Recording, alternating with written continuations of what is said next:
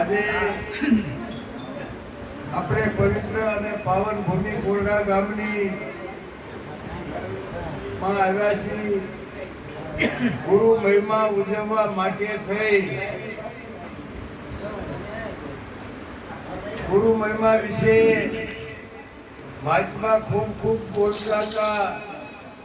શરૂઆત સાંભળથી કરી હતી કે કોઈમાં તો 12 આવે ને આ સિવાયની 11 આવે પણ કોઈમાં માં નથી બોલાતી એવો એમને ઉલ્લેખ કર્યો હતો. આ મહિમા ગુરુનો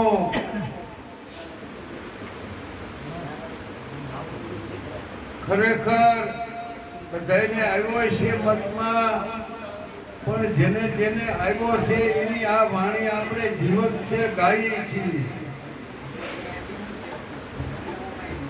તો ઘણાને એમ થાય કે ગુરુ ને હું જરૂર,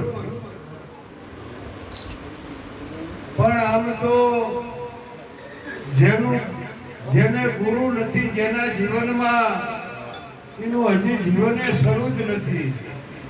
સાચું કહું છું, મારો અનુભવ કહું છું, સાંભળેલું નથી કહેતો. હા, ગુરુ જે અંધકારમાંથી પ્રકાશમાં લઈ જાય અને સદગુરુ કહેવાય. આપણે અત્યારે આ વરસાદ વરસી રહ્યો છે એ ક્યાંથી આવે છે? પણ એ તો સીધો હિસાબ છે બધા એટલે વાદળામાં છે. પણ ખરેખર આ દરિયા જે સમુદ્ર ભર્યા છે એમાં ખારું પાણી છે અને જે જેને વિજ્ઞાન બાષ્પીભવન કહે છે એ તાપમાં ઉડીને ઉપર જાય અને અહીંયાથી પાછું મીઠું થઈને પાછું આવે. મારો કહેવાનો એટલું કે જેને સદગુરુનું મુખ મળ્યું હોય એની વાણીમાં આ મીઠાશ આવે. હમણાં વાત આવી હતી આરે કાયામાં મીઠી વીરડી, આ મીઠી વીરડી છે ખરેખર. બાકી કાળમુખ હતું ત્યારે તો ગમે એવું બોલતું તું, ગમે એમ વર્તતું તું, પણ ગુરુ મુખ મળ્યા પછી જો ખરેખર જે સત્ય છે તો એ આમ છે કે ખારું પાણી અને એ મીઠું થઈ જાય. એમ આપણી વાણી ગમે એવી હોય પણ જો ગુરુ શરણે ગયા હોય તો ખરેખર એની અમૃત જેવી બની જવી જોઈએ. એટલા માટે ગુરુની જરૂર છે. બાકી ગમે એટલા પૈસાદાર હોય એટલે સુધી કે મેરુ પર્વત જેવડા જેને પૈસાના ઢગલા હોય, અરે જેની નામના હોય, જેની વાહ થતી હોય, પણ વેદ તો એમ કે તતી હું એટલે કે તોય હું થઈ ગયું. મોટા મહાપુરુષો હોય, ઘણા મોટી મોટી કથાઓ કરતા હોય, જગત આખું જેને નમતું હોય, પણ જો સદગુરુ ન હોય તો વેદ તો એમ કે તતી હું તોય હું થઈ ગયું કે. પણ જેના માથે સદગુરુ હોય તો એની વાણી, વર્તન, રહેણી કહેણી બધાયમાં ફેરફાર થઈ જાય. અને જો આપણે વિચાર કરવાનો કે છોકરાને 12 મહિને પરીક્ષા આવે, આપણને બધાને ખબર, એક 6 માસિક આવે ને એક 12 માસિક આવે.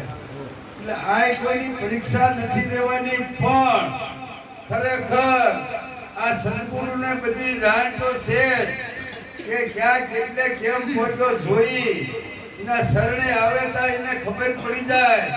અને આવા આપણાને આવા પ્રગટ મહાપુરુષ, અને હું તો કહું છું સદગુરુ, ઘડી બોલું છું. મહારાજે કહેતા મહાત્મા કે ગુરુમાન સદગુરુમાં બેર, પણ આપણને મળે એ સદગુરુ છે ખરેખર. અને હા, મળ્યા પછી જો આ કાંઈ સુધારો ન થયો હોય તો સમજી લેવાનું કે આપણે દવા કામ નથી કરી. હું તો એમ કહું છું. આ જગતમાં મેં 2 થી 3 પાત્રો એવા નક્કી કર્યા. એક માવતર ગમે એવું પોતાનું સંતાન હોય તો એને ક્યારે જાકારો મરકારો ન આપે. જે વિદ્યા આપતા હોય શિક્ષક એ પણ સમાન દ્રષ્ટિવાળા હોય. અને આ સદગુરુ કે જેને આપણને સતની પારખ કરાવી. ગુરુ મહારાજે કીધું દેહનું તો બલિયાની મા બાપની છે, સાચી વાત છે. પણ આ તો નવો જન્મ જેના શરણે થયો અને નાદ ગુરુનો નેઠો થયો. બોલા મા બાપ તો હતા પણ આ આપણા નાદના બાપ છે. અને આ આપણો નવો અવતાર છે. અને આ માથામાં કચરો કેટલો ભર્યો હતો એ બધોય કઢાવ્યો છે. ખરેખર પણ આપણે નક્કી કરવાનું કે નીકળી તો જો છે ને કે આવા સંતોના શબ્દો દ્વારા આ પંડ માથે મેલ હોય 6 મહાન હોય બહુ પાડે છે, ગમે ત્યાં નાઈ લઈ. પણ આ મન માથે સડેલો મેલ માટે તો આ એક એવું ઠેકાણું છે કે અહીંથી જ નીકળે.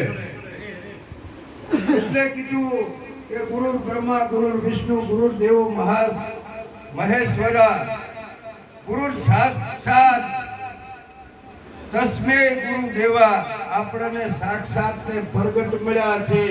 અને પ્રગટના બધા પ્રમાણ છે. વેદોમાં, શાસ્ત્રોમાં, બધાયમાં લખાણમાં છે, વાત વાંચી છે. પણ એ તો લખેલું છે કે પેંડો લખેલો હોય તો એને થોડો અવાજ આવે નો આવે. અને આ સમાગમનું સુખ કેવું છે, સત્સંગનું એક નાની એવી શેર કરી. અને હું તો કહું બધાએ ભાવ અને પ્રેમથી ગાઈજો અને પછી ઉલ્લેખે કરશું. સાવ સરળ અને સીધી છે. ગુરુ મહારાજનો આદેશ છે. હમણાં આરતી કરવાની છે અને નાસ્તાનું કહેતા હતા તો ભાવ ને પ્રેમથી ઘડીક આકાશ